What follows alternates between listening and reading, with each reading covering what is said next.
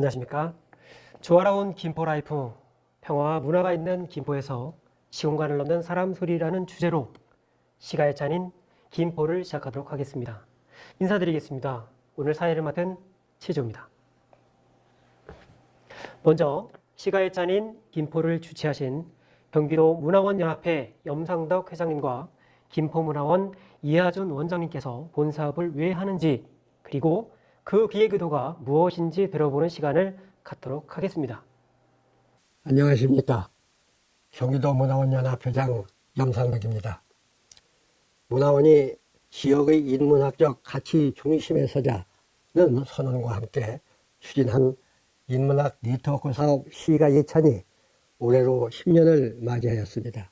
10년 전 시는 세상을 이해하는 가장 아름다운 방식이라는 주제로 시작한 시가 예찬이 이제 다른 차원으로 인문학적 소통을 실험하게 되었습니다. 올해는 기존 커뮤니티와 소통이라는 개념의 근본적인 전환을 모색해 보고자 합니다. 코로나는 사람과 사람의 만남으로 탄생하는 커뮤니티, 즉 관계의 문제를 근본적으로 전환하라고 요구하는 것 같습니다. 인문학적 관점에서도 인간이 구성한 사회를 자연의 우위 개념으로 만들어낸 휴머니즘 이후의 사회에 대한 고민이 필요한 시점입니다. 경기도 문화원연합회는 이러한 시대적 상황을 기회 요인으로 삼아 시가 예찬을 통해 지역 문화를 세계로 발신하는 새로운 방법을 찾고자 했습니다. 증봉 조원 선생으로 대표되는 김포의 지역적 상징을 새롭게 재해석하여 발신하고자 합니다.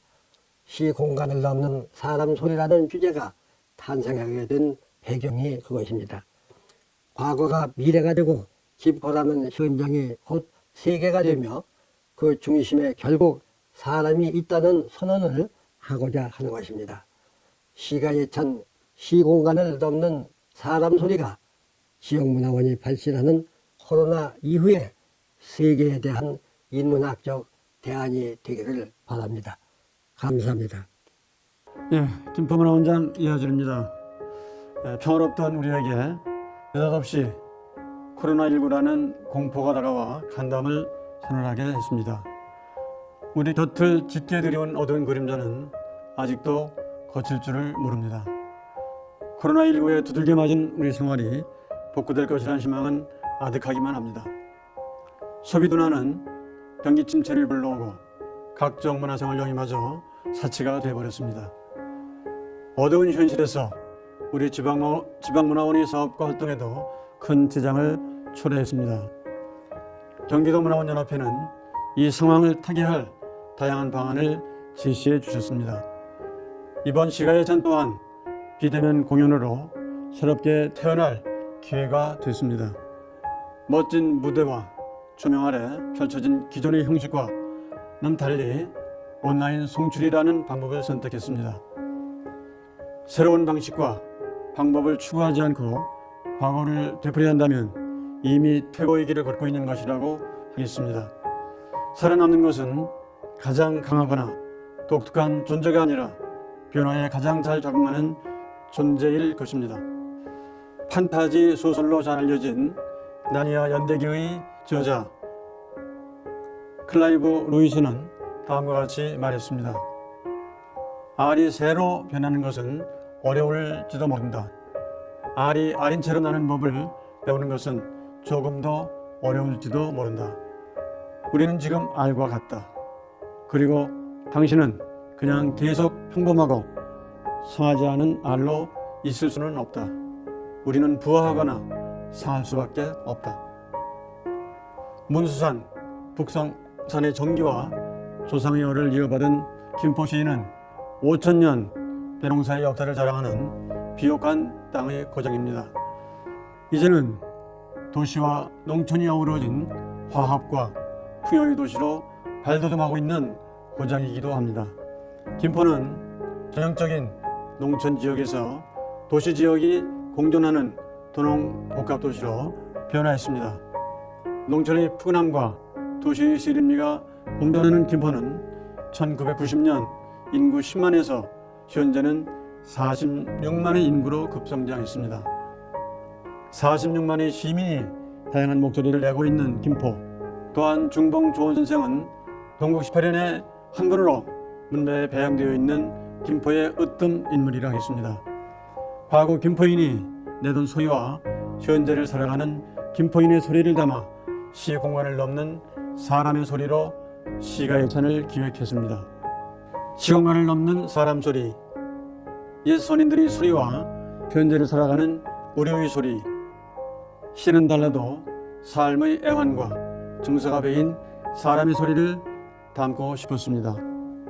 구상하고 준비했던 계획을 전부 뒤엎고 새로운 방식을 채택하여 미숙한 점이 많았습니다. 이 점 양해해 주시고 넓은 마음으로 감상해 주시기 바랍니다. 문화원 가족 모두 건강과 평화가 함께 하시기를 바랍니다. 감사합니다. 네, 이어서 한국문화원연합회 김태용 회장님께서 축하의 말씀을 보내주셨습니다. 함께 보시죠. 안녕하십니까. 한국문화원연합회장 김태웅입니다. 코로나 시대 사회의 여러 변화 중 하나의 단면은 우리에게 큰 우울감을 안겨주었다는 것입니다. 이 우울감은 사람들의 의욕을 상실하게 만들었습니다.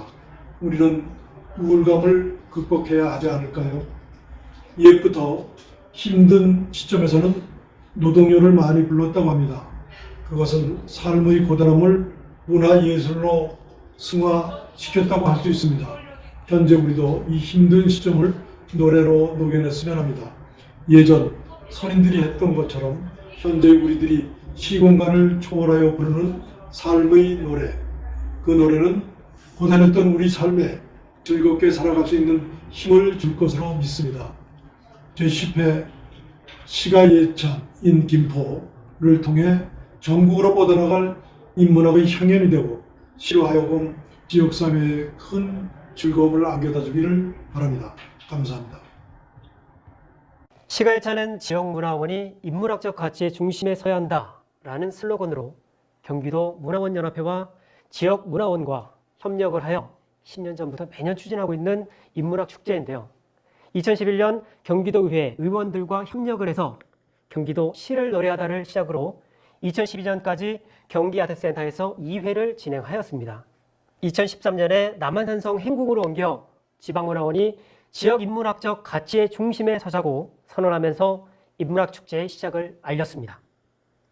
2015년부터는 지역문화원의 요청에 따라서 경기도 각 지역으로 순회 개최하게 되면서 사업 브랜드명을 시가 예찬이라 확정을 하고 파주 자원서원에서 시가 예찬 스스로 처음이 되는 힘이라는 것이 열리게 되죠.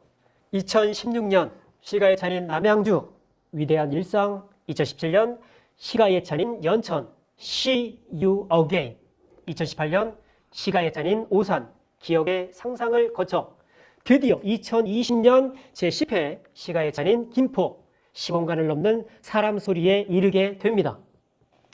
시가 예찬인 김포 시공간을 넘는 사람 소리는 김포의 대표적 인물인 중봉 조헌, 눌제 양성지, 한제 이목 선생의 시에 과거의 소리로 담고 김포 산소화 작가의 모임 평산방, 그리고 김포 신앙송협회 마을활동 모임 월곶 살롱팀까지 현재 김포인의 소리를 담았다고 합니다. 시공간을 넘는 사람 소리는 과거와 현재 그리고 변화해가는 김포에서 존재한 사람 소리입니다. 자, 그럼 김포 신앙송협회가 준비한 중봉 조헌 선생에 대한 시극 불멸의 정신 중봉 조헌으로 시가 예찬인 김포의 문을 열겠습니다. 1592년 여름 중봉 조헌은 도끼를 가지고 입고를 합니다. 당시 당쟁과 권력만에 눈이 멀었던 재상 이산해를 통렬히 비판하면 나라를 바로 잡아달라 소를 올리죠. 이것이 유명한 지부상소입니다. 지부상소는 받아들이지 않으려면 자신의 머리를 쳐달라는 뜻으로 도끼를 지니고 올리는 상소를 말한다고 합니다. 목숨보다 의를 이루는 것이 더욱더 중요하기 때문에 가능한 일입니다. 중봉 조헌은 김포에서 태어난 율곡 이의 문인입니다.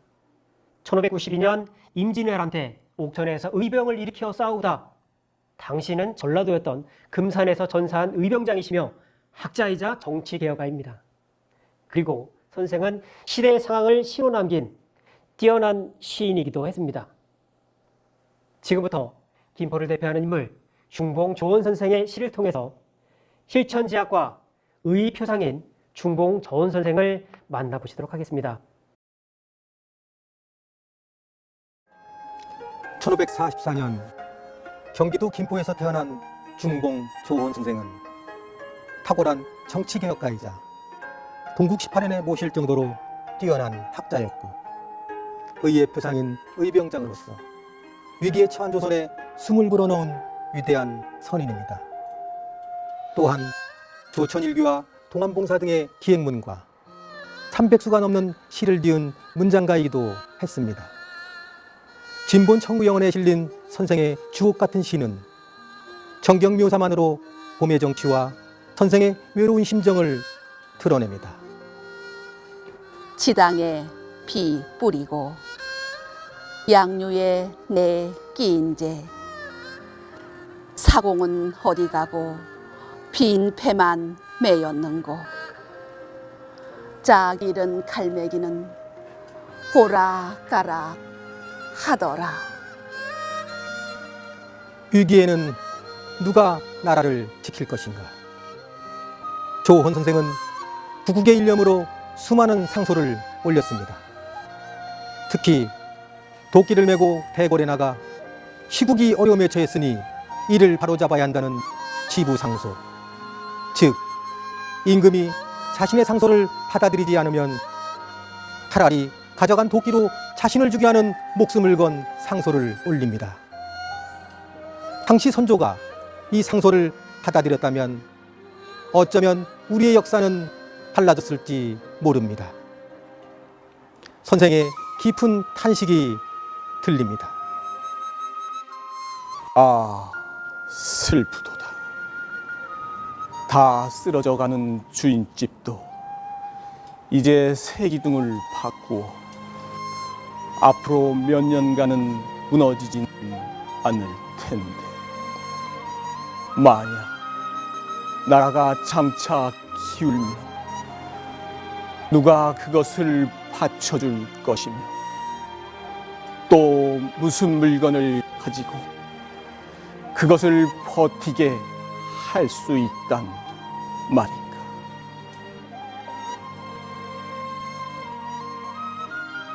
정예립의 난을 예견하고 대책을 설파했던 중봉. 조정은 물론 전국 각지에 뜻있는 이들이 중봉을 유배에서 풀어줄 것을 임금에게 청원합니다. 당초에 중봉을 귀양까지 보내게 된 것은 사실 내 뜻이 아니었다 라며 선조는 중봉을 귀양에서 풀어줍니다. 유배 생활에서 풀려난 중봉은 고향으로 돌아오는 길에 북령에 이르러 감격의 시 한 수를 짓습니다.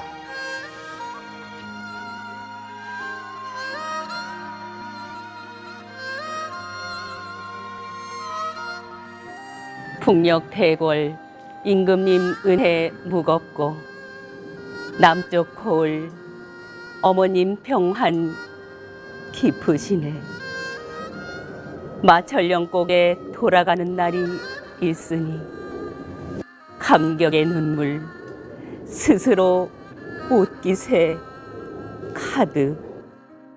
어떠한 난관에도 굴하지 않고 일평생 나라를 걱정하던 조원 선생은 사신으로 간 명나라의 조선 사신들 숙소인 옥화관에서 조선 중비의 문인 허봉의 시를 자원하여 이런 시도 남겼습니다.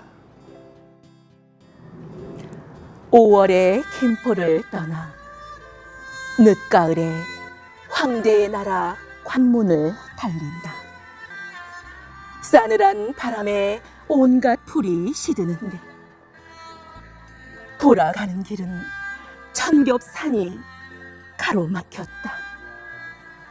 꿈에도 자주 혼이 놀라고 시름 깊으니 귀민 머리 희끗희끗. 흰 구름에 생각은 끝이 없는데 어느 날 어버이 얼굴 위로해 드릴까? 그는 일평생 권력과 재물에 얽매이지 않았고 공명정대한 식견과 학문을 지녔으며 한치의 흔들림 없는 고든 삶을 살았습니다.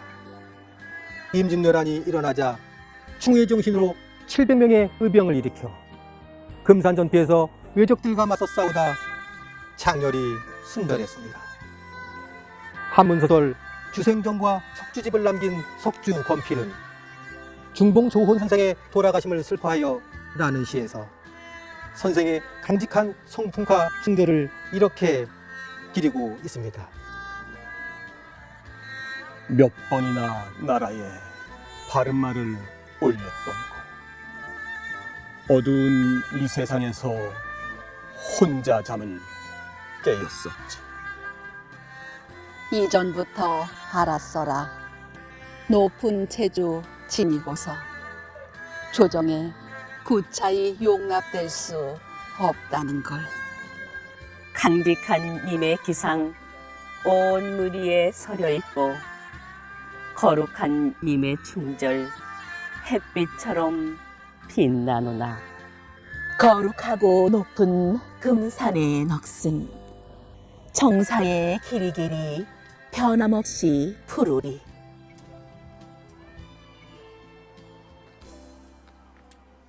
중봉 조혼 선생은 나라의 운명이 위태로울 때 분연히 일어나 의병을 일으키고 자신의 몸과 마음을 초계와 같이 하여 조국과 민족에 바친 국의 사표였습니다.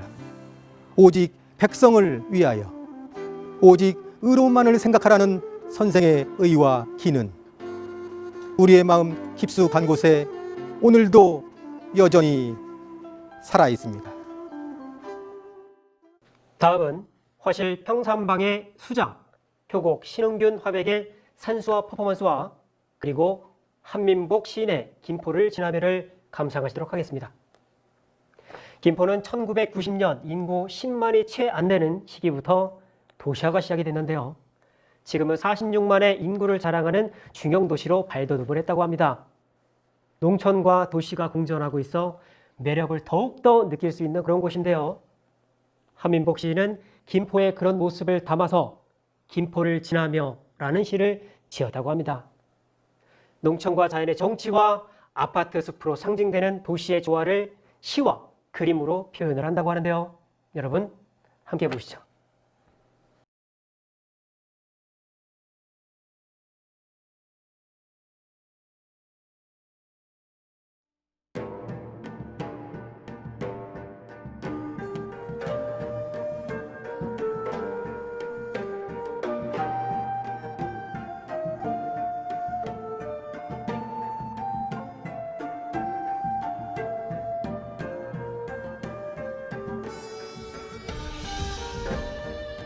김포를 지나며 함민복. 바람이 내달리던 드넓은 평야를, 한강물이 품어 키우던 곡식들을, 계절의 접속사로 날아오던 철새들의 날개와 감탄사로 피어나던 들꽃들의 향기를 기억하며 통일의 마음 선봉에 서서 분단의 아픔을 직시하고 있는 김포여, 너는 이제 세월을 떠안아 사람들의 삶을 머리에 이고 아파트 숲을 가꾸고 있구나.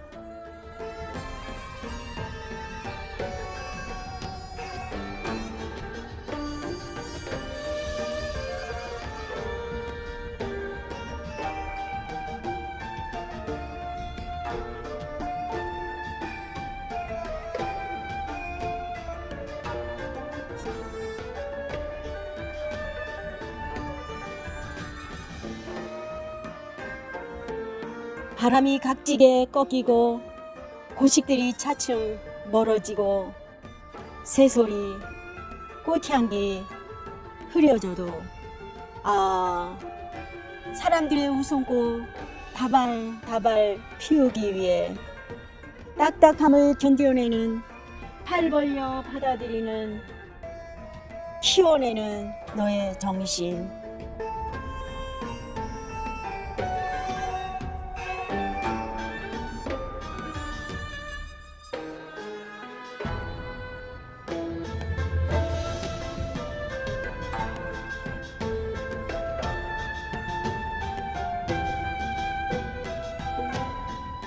너의 너른 마음의 병야 눈물처럼 깊고 푸르다.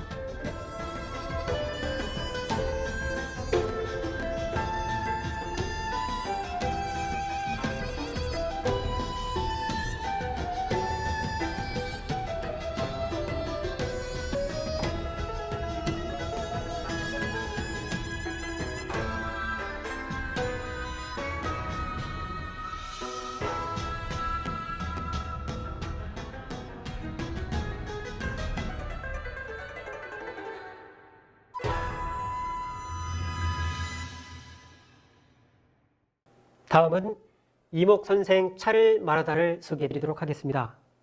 김포에는 중봉과 함께 강직한 성품의 선비가 또 한 분 계셨는데요. 바로 한제 이목 선생이었습니다. 성종 21년 임금의 환우가 깊어 대비가 은밀히 무녀에게 명하였습니다. 성균관 벽송정에서 굿을 하도록 말입니다. 이때 한제 이목 선생은 태학생들을 이끌고 무녀를 곤장을 쳐서 바로 내쫓았는데요. 태학생은 성균관에서 기거하며 공부하던 유학생들을 말합니다. 이런 일로 대비가 크게 놓아여서 성종이 낫기를 기다리려 보하고 성종은 관련된 태학생의 명단을 내도록 했습니다. 많은 태학생들이 모두 두려워 숨어 있었으나 선생 홀로 피하지 않고 의연한 태도를 취했는데요. 이 소식을 접한 성종은 전교를 내려 내가 유생들을 이끌고 사습이 바른 대로 돌아가도록 하였으니 내 병이 낫는 듯 하구나 라고 하면서 특별히 상을 내렸다고 합니다. 이후부터 이목 선생은 곧다는 명성을 크게 떨치게 됩니다. 하지만 담대하며 강직한 성격으로 인해 28살이라는 꽃다운 나이에 화를 입어 돌아가셨는데요. 이목 선생은 대표적인 차인으로서 현존하는 한국 최고의 전문 다서인 다부의 저자입니다. 선생은 도학, 유학의 바탕에 차정신을 결부시켜 다부를 조설하셨는데요. 그렇기 때문에 차의 아버지라 불리기도 합니다. 전통 차문화를 꽃피운 다산 정약용 선생과 초유선사보다 250년 전에 태어나 차문화의 송부자라 할 수 있습니다. 한제 선생의 다부 중 차 7효능, 차 50, 차 6덕이라는 시를 김포 다도박물관의 시연과 함께 감상해 주시기 바라겠습니다.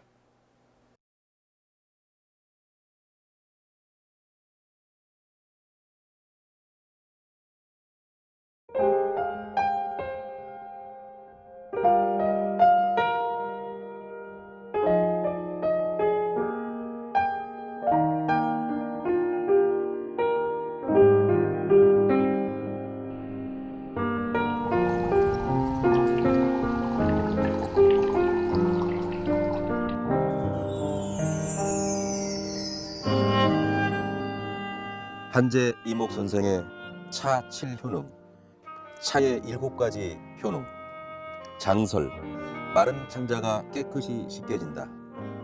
상선, 신선이 된 듯 상쾌하다. 성두, 온갖 고민에서 벗어나고 두통이 사라진다. 웅발, 큰 마음이 일어나고 우울함과 울분이 사라진다. 색둔, 색정이 사라진다. 방촌 1월, 마음이 밝아지고 편안해진다. 창합 공의, 마음이 맑아지며 신선이 되어 하늘나라에 들어선 듯 하다.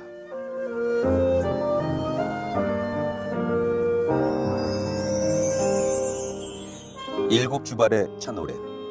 첫째 주발의 차를 다 마시니 마른 창자가 깨끗이 씻겨지고, 둘째 주발의 차를 마시니 상쾌한 정신이 신선이 되려 하며,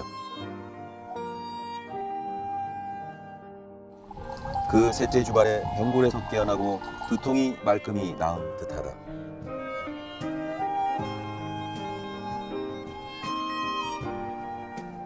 이내 마음 공자가 보기를 뜬구름같이 보았던 것처럼 뜻을 높이 세우고 맹자가 호연하게 길을 길렀던 것과 같도다.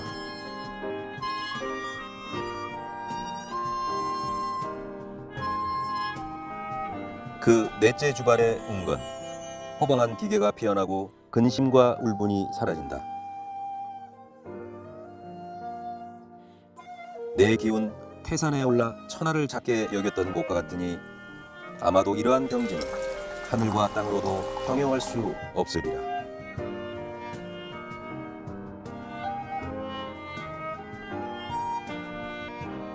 그 다섯째 주발에 생마가 놀라서 달아나고 개걸스런 시동도 눈멀고 귀 먹으니 이내 몸 구름 치마에 깃털 조골이 입고 흰 난새를 월궁으로 채찍질하여 가는 것 같도다.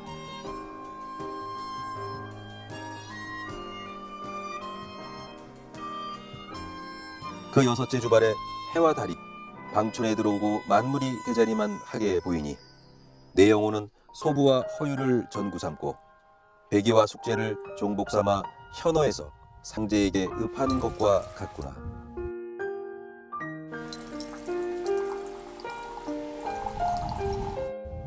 어쩐 일인가 일곱째 자는 아직 반도 마시지 않았는데 우연히 맑은 바람이 흉금에서 일어나네.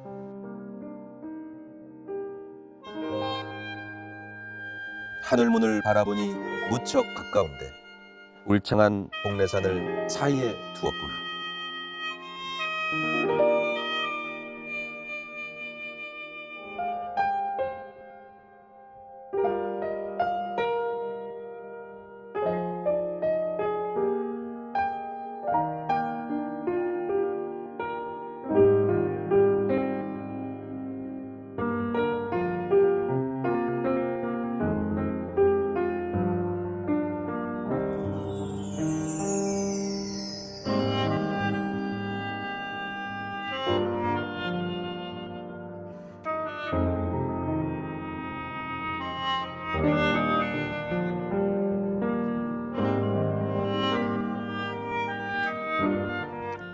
차의 5공, 차의 5가지 공.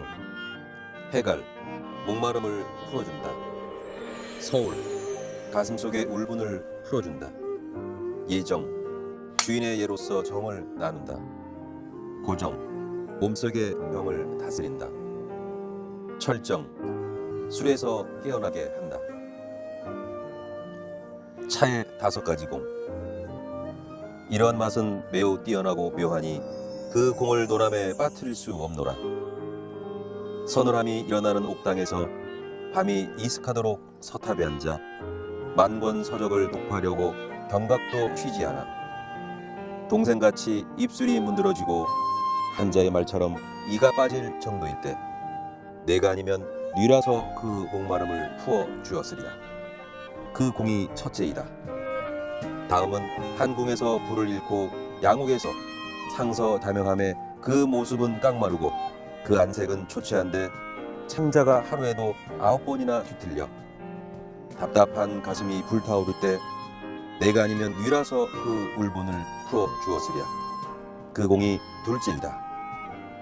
다음은 한 통의 서차를 천자가 반포하면 만국의 제후가 한마음이 되는데 칙사가 명을 전해오매 여러 제후들이 받들고자 임석하여 의병하는 예를 이미 베풀고 한원의 위문을 장차 마치려 할 때 내가 아니면 빈주 사이의 정을 누가 잘 들어 맞도록 하랴. 그 공이 셋째이다. 다음은 천태산의 윈과 청성산의 꾸개기, 바위끝 모서리에서 기식을 토해내고 솔뿌리를 가지고 정련하여 낭중지법을 시험하려 하니 뱃속의 우레가 갑자기 울어댄다. 내가 아니면 삼팽의 고를 누가 정복하랴. 그 공이 넷째이다. 다음은 금고원에서 잔치가 파했고 토원에서는 수레를 되돌렸는데 숙취가 아직 깨지 않아서 간패가 찢어질 듯 아플 적에 내가 아니면 오야의 숙취를 누가 가시게 하랴. 그 공이 다섯째이다. 차의 6덕, 차의 6가지 덕.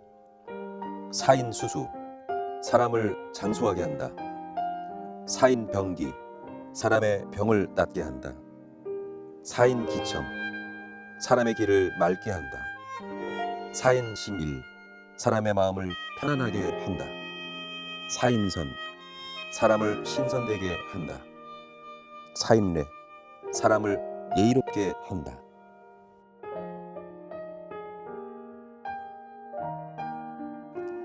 차에 6가지 덕.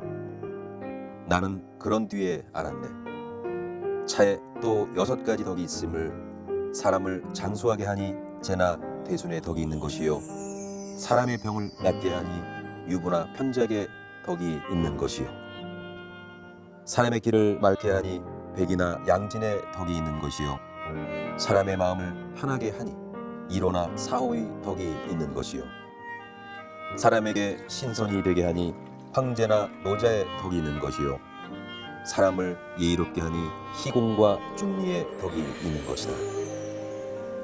이것은 옥천자가 일찍이 찬한 바요 육자가 일찍이 즐긴 바이며 매성유는 이로써 인생을 깨달았고 조업은 이로써 망규의 경지에 들었다네.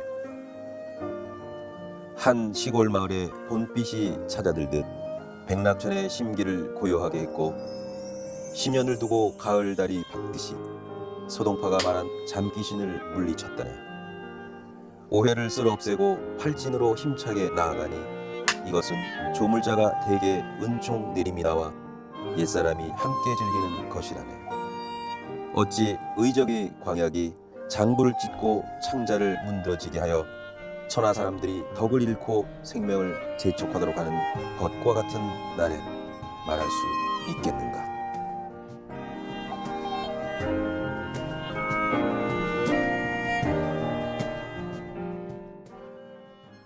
세종부터 성종에 이르기까지 무려 6대 임금에 걸쳐 벼슬을 역임하며 모든 분야에서 공로가 깊은 분이 계십니다. 세조가 해동의 제갈량이라 평가한 눌제, 양성제인데요. 자주국가와 실용정치에 힘을 기울이던 양성제 선생은 관직에서 물러난 후 통진을 사랑해 지금의 양촌면 대포리에 모간정을 짓고 아들 넷과 함께 사셨다고 합니다.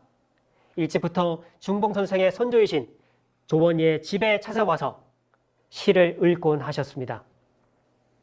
통진에 자리 잡고 나도 살고 봐서 술 한 병 들고 친구 집에 찾아왔네. 김포를 대표하는 인물 중 한 분인 눌제 양성지 선생, 그를 기르기 위한 서원이 바로 대포서원입니다. 대포서원 이화자 원장님은 김포서가협회 회장으로서도 긴 시간을 봉사해 오셨는데요. 눌제 선생의 고금시와 함께 이화자 원장님의 휘호 퍼포먼스를 감상하도록 하겠습니다.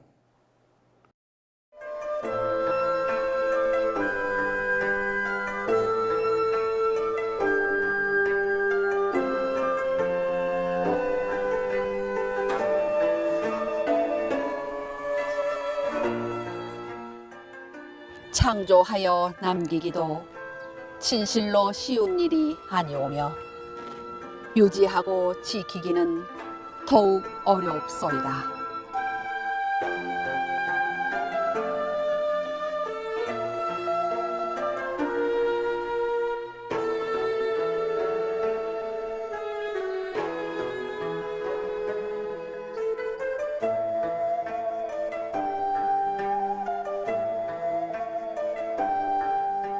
다행히 밝은 시절을 맞았으니 항상 공경하며 잠시도 쉬지 마옵소서. 천도는 거기에 사사로움이 없고 민심은 생각이 어그러지지 않습니다. 원컨대 끝과 처음을 같게 하시어 만세를 하루같이 하소서.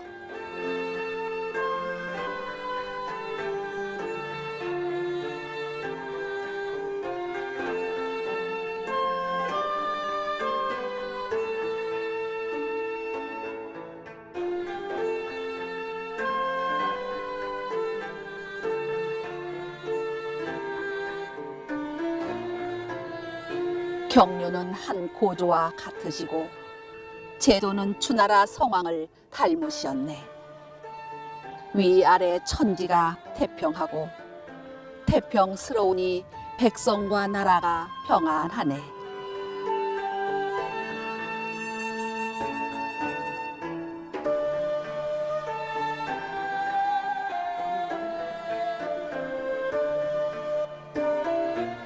벼슬 자리에 어느 것이 쓸모 없으리. 군사와 말은 정한 것이 제일일세.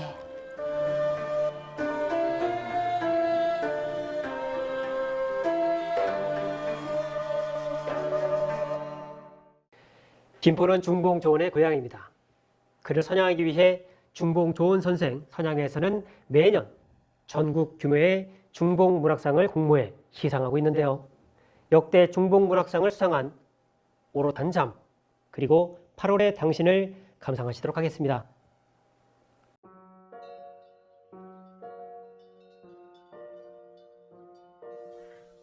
오롯한 잠, 중봉일기, 송지원.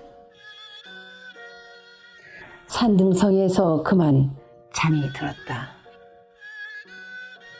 불면증을 앓던 하늘이 소란해지고 나무들은 거칠게 숨을 몰아쉬었다. 무성한 신음소리를 물고 톡새가 사라진 곳에서 아침해가 될 때 나는 꽃으로 기억되길 기도하지 않았다. 상처로 얼룩진 몸이 무명으로 잠들길 원했을 뿐 가슴을 관통한 핏물은 나무의 발목을 씻으며 논밭으로 스며들었다. 잠속에서도 나는 가위에 눌려 절벽 같은 아침을 맞이했다. 미명의 눈빛들이 끌고 있는 정자는 도끼날처럼 녹이 슬어 사불항한 세월만 보내고 있던데. 오롯한 잠은 언제 이루어지나. 우리는 꿈꾸며 수행하다 잠든 땅, 까마귀 떼가 물고 오는 소문들이 부산한 시간을 얕고 기립니다.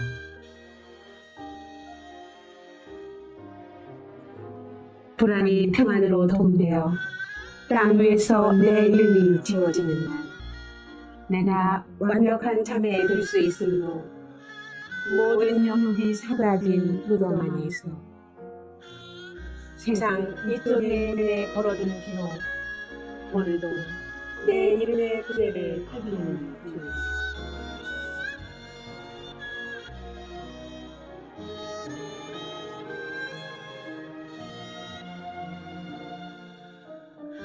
(8월의) 당신 최형만. 서쪽 하늘이 한 시절을 떨어뜨려도 눕지 못한 갈대처럼 활을 잡으면 팽팽해지는 불꽃. 8월의 꽃도 몽땅 붉어지고 있다.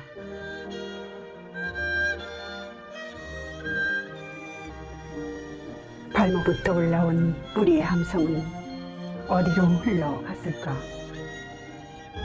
붉은 깃발에 꽃잎 날리며 꽃대 밀어 올린 그 힘으로 돌아오라고 사람들은 부부를 두드리고 징을 친다.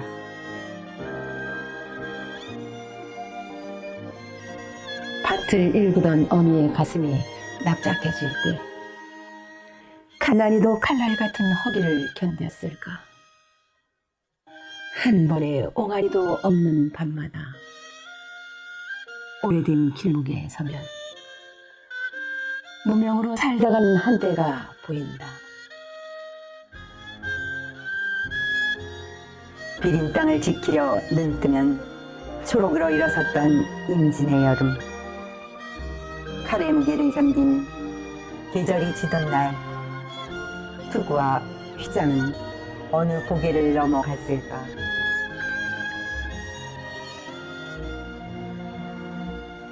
피냄새를 맡던 새들의 날개짓도 숨은 바람에 만장처럼 펄럭이고 있다. 허공을 달군 샘내에 벼려지는 8월. 그을린 당신이 먼 빛으로 오는 중이다. 월곶은 옛날 통진 도호부가 있던 고장입니다. 지금은 과거에 화려했던 모습은 역사 속에 묻히고 인구 5,500명의 조용한 마을이 되어버렸는데요. 하지만 이곳에는 열정 가득한 주민이 많습니다. 주민 공동체 공간인 월곶 살롱을 꾸려가고 있는 노나매기는 언제나 흥과 함께 살고 있습니다. 노나매기를 주축으로 만든 월곶 주민의 소통 공간, 월곶 살롱. 살롱은 만남의 공간으로서 응접실의 뜻과 5,000년 역사를 자랑하는 김포쌀을 오랫동안 지켜가고자 하는 뜻이 동시에 담겨 있다고 하는데요. 월곶 살롱에서는 역사 탐방, 마을 콘서트, 교육 프로그램을 운영하며 마을 공동체를 키워가고 있다고 합니다. 월곶 살롱의 공동체 성공담, 흥과 정에 물들어 사는 그들만의 플렉스, 월곶 플렉스를 감상해 주시기 바라겠습니다.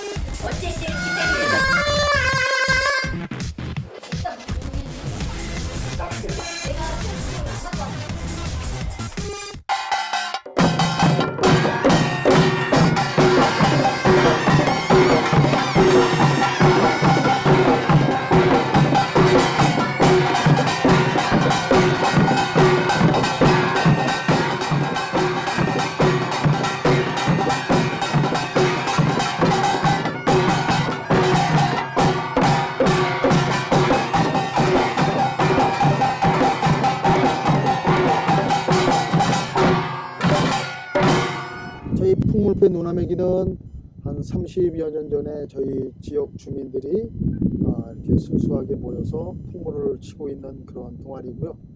노나매기라고 하는 뜻은 나도 일하고 너도 일하고, 나도 잘 살고 너도 잘 살되 올바른 세상을 만들고자 하는 그런 의미를 두고 있습니다.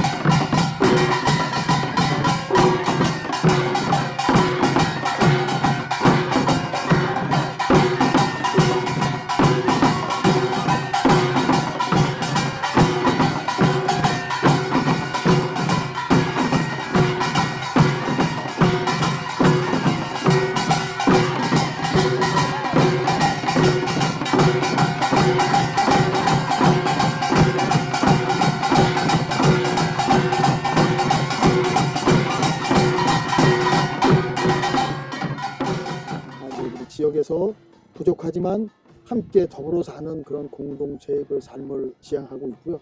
오늘 저희들이 오늘 친 가락은 노나매기가 30년 전부터 지역에 있는 가락을 정리하고 이렇게 좀 맺어서 이렇게 판구스로 이렇게 만드는 겁니다.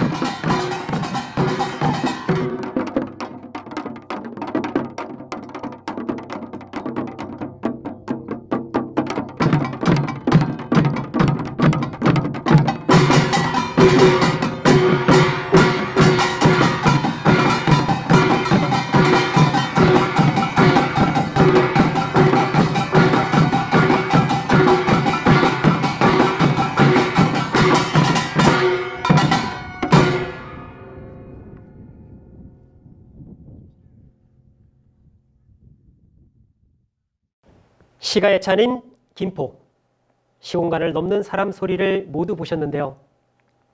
인간의 뇌는 시와 산문을 읽을 때 각각 다르게 반응을 한다고 합니다. 감정이 부여된 시를 읽으면 음악을 듣는 것과 유사한 반응을 보인다는 것이죠. 시대를 가리지 않고 시와 음악은 우리 정서를 내만져줍니다.